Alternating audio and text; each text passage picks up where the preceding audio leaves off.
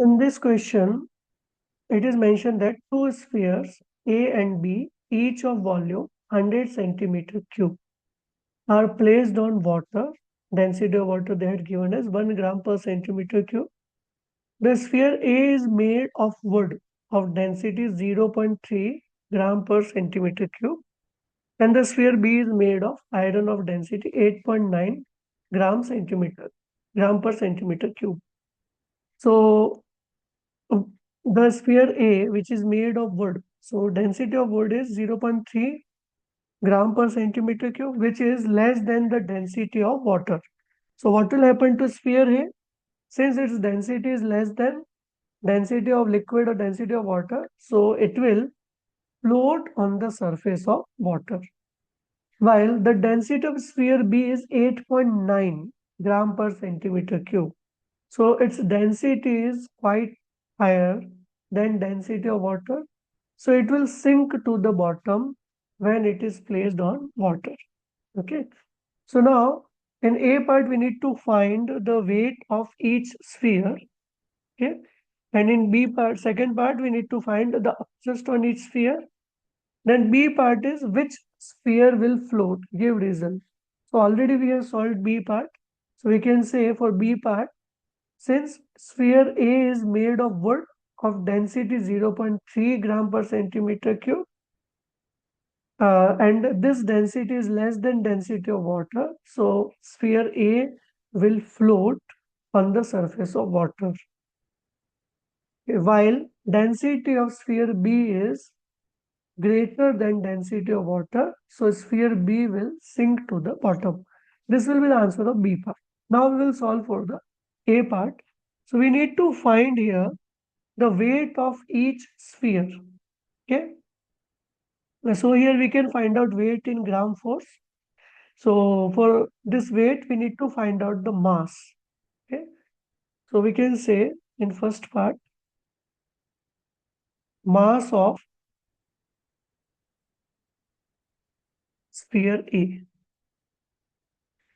So its volume is given. So we can say mass is equal to volume multiplied with density. Volume is 100 centimeter cube into density. Density of sphere A is given as 0.3. Okay. So it means it will be 30 gram.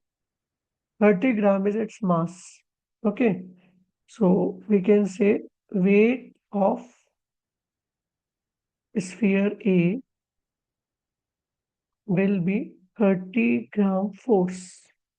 So 30 gram force will be weight of sphere A. Okay. Now upthrust on sphere A we can find out. So since sphere A is floating, so upthrust on A will be equal to its weight. It will be equal to weight of. So we can say upthrust on A will be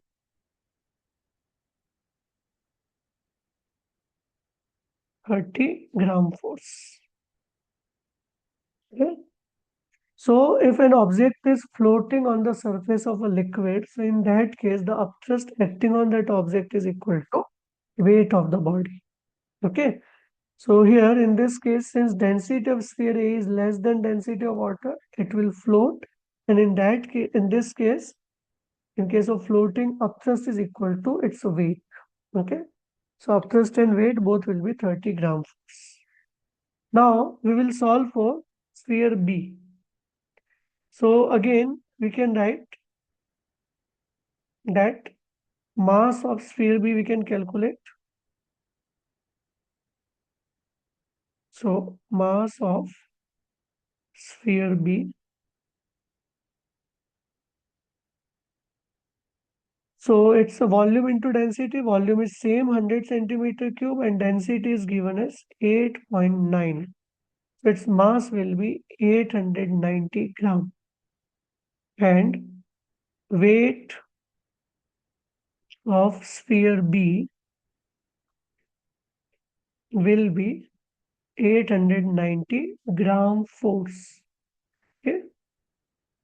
Now, since its density, sphere B is made of iron and the density of iron is greater than density of water. So sphere B will completely sink to the bottom. So in that case, we can calculate the upthrust. Upthrust on sphere B will be equal to volume inside the liquid multiplied with density of liquid into G. So volume inside liquid is complete volume, 100 centimeter cube. Density of liquid is given 1 into G. So this will be 100 gram force. So since the sphere B is sinking to the bottom, so in that case we need to calculate upthrust by using formula the volume inside into density of liquid into G. While in previous case, in case of sphere A, since it is just floating at the surface of water, so in case of flotation, upthrust will be equal to weight of the body. So these two differences we need to keep in mind to solve these type of questions.